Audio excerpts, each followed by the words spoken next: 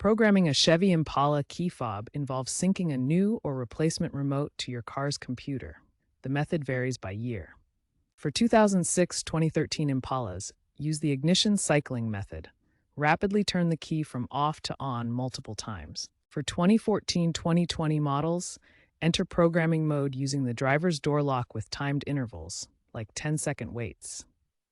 You'll need a compatible key fob that matches your car's frequency, usually 314 MHz, and about 5 to 15 minutes.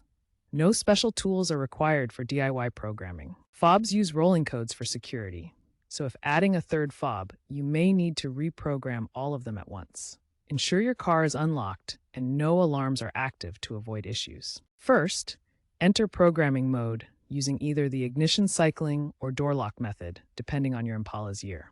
Next, press the lock-unlock buttons on the fob to sync it with the vehicle. Test all functions: lock, unlock, panic, and trunk release. Common problems include dead fob batteries. Replace with a 3-volt CR2032 battery. Verify fob compatibility with your VIN.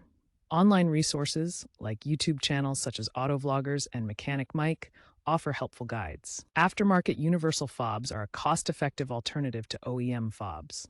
If DIY fails, an automotive locksmith can help, especially with anti-theft system overrides.